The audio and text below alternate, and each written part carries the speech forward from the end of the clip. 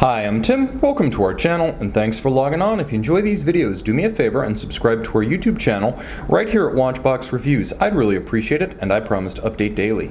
If you love this watch, you could see it, and you could purchase it on our website, thewatchbox.com. And today we're discussing one of the stars of 2018, the last real Basel World, and this was one of the premier launches, Patek Philippe Nautilus Perpetual Calendar. This is the white gold reference 5740G-001, and it's the first Nautilus Perpetual calendar ever. It's a remarkably wearable watch with a few worthwhile improvements over previous Nautilus models, and we'll get to all of those.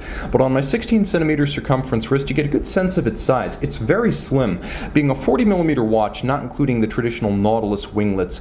It's a slender 8.7mm with a generously sloped case flank, and you can really see how that case flank allows a dress cuff or tight sleeve to ramp up over its side. It's not the most straightforward watch to measure across the wrist. If you measure it just lug to lug, you're going to find it's quite agreeable. 44.3mm. Now that doesn't quite tell the truth, and I'll show you why, because there is a little bit of rigid flare that, for example, you wouldn't quite get on a 5711, where you can pull the bracelet down a little bit more perpendicular to the case line. But you can see that if you do measure the outboard link on each side, the outboard polished intermediate link, it's a more substantial but still very wearable 48.4. Now you can really see how slim that case is, and that's all to the credit of Patek. They used the caliber 240 micro rotor automatic here, not the traditional 324 that you'll find in the annual calendar or the traditional 5711. The bracelet is gorgeous, an executed polish satin medley, harmonious and impeccably aligned, as you can actually see that curvature, but I can't feel the step down from link to link. That's how tight the tolerances are.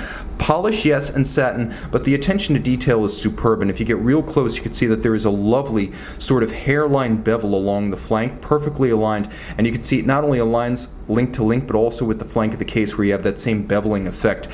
You still have the pin sleeve system, so you'll need a punch and a block if you want to size this yourself at home. But here's one of the innovations that I really appreciate. There is a new clasp, and you can see it's white gold, featuring elements of the Calatrava cross inside, all of high polish. It's a twin trigger system, and it's modeled after the clasp that you will find, for example, on the Aquanaut. It's a big step up from the rather, if I may say, déclassé clamp system and the clamshell that is used on the standard 5711. This is wonderful. It feels wonderful. It looks even better. And of course you have the unbroken Calatrava cross now on the outside of the clasp. It looks real good, a big upgrade there, and worthwhile on a flagship model. Now you can see in profile, because of the pusher adjusters used to index the calendar's various complications, the watch has the water resistance as well as the base caliber of the 5712. So 60 meters, still sufficient thanks to the screw-down crown for swimming on the surface, but I wouldn't submerge this too deeply. The case is beautifully executed. You can see all of the finish you would get on a steel Nautilus is present on this white gold example, and Patek Philippe uses gray gold, not white gold. So it's an 18 karat white gold alloy that can never be scratched through to reveal a milky yellow substrate underneath, and it never needs to be rhodium plated. You'll also appreciate the fact that the dial is not the same blue you get on other Nautilus models. It is a lighter and somewhat more iridescent and electrifying blue. You'll also appreciate that the horizontal ribbing of the standard Nautilus is back, and the dial is nicely balanced. As you can see, radial indicators, there are mono counters at 9 and at 3, so you have your 24-hour indication, so you know when not to accidentally adjust the calendars. You have your day, you have your leap year phase, and your month over at 3, and then you have a coaxial crescent-style moon phase with a 122-year adjustment interval, as well as your radial date. White gold hands, white gold applique indices, so you can see there are little dot or dimple style indices outboard for reading minutes. Turn it all over, and you can see we protect our own here. Serial number covered for the previous owner's privacy.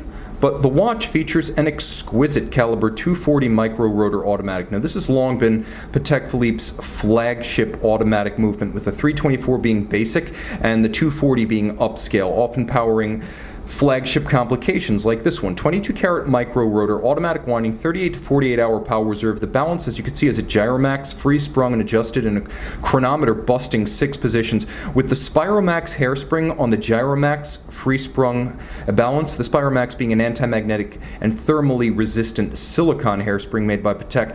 You get a factory guarantee of no worse than -3 + 2 seconds per day. That is part and parcel to the promise made by the Patek Philippe seal.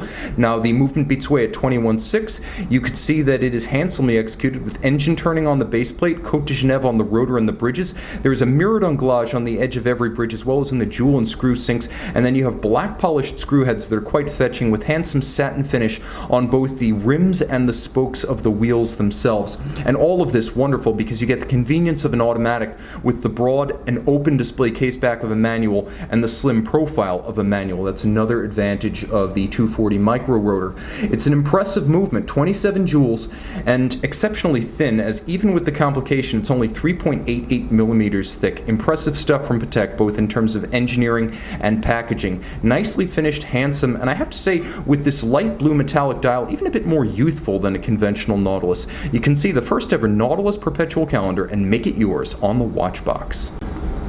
The Nautilus Perpetual calendar is a full-service day and night sports watch.